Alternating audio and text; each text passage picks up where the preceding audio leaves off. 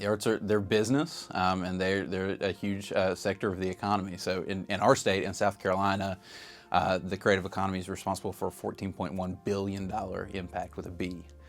So we love sharing that. We love the jobs that it generates. Over 123,000 jobs, the tax revenue that it brings back to the state.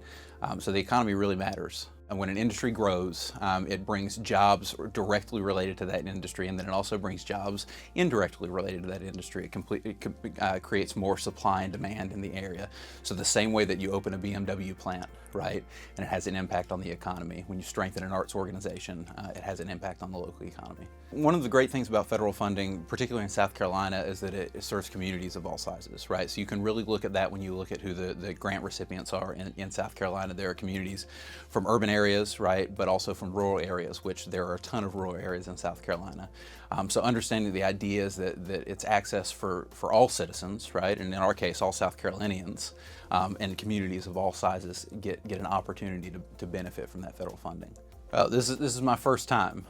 We've got some legislators that are sitting on some key committees. So this is the first time that we've had an opportunity to participate. But I was absolutely on board once we got the call.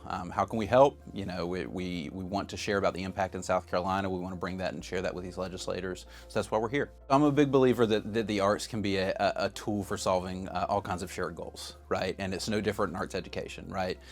So we think about things that everybody wants for our teachers and our students, right? They want students to achieve across the curriculum. They want students to be prepared for the workforce, right?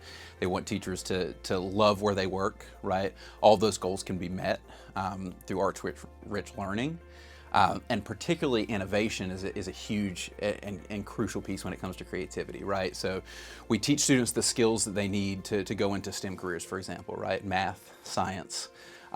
These are important skills, but without creativity, you don't get innovation. So the two things have to work hand in hand. We all want innovation, right? No matter what industry students end up going into, we want them to take those skills they learn in those core subjects and then have the creativity piece in there to be able to innovate.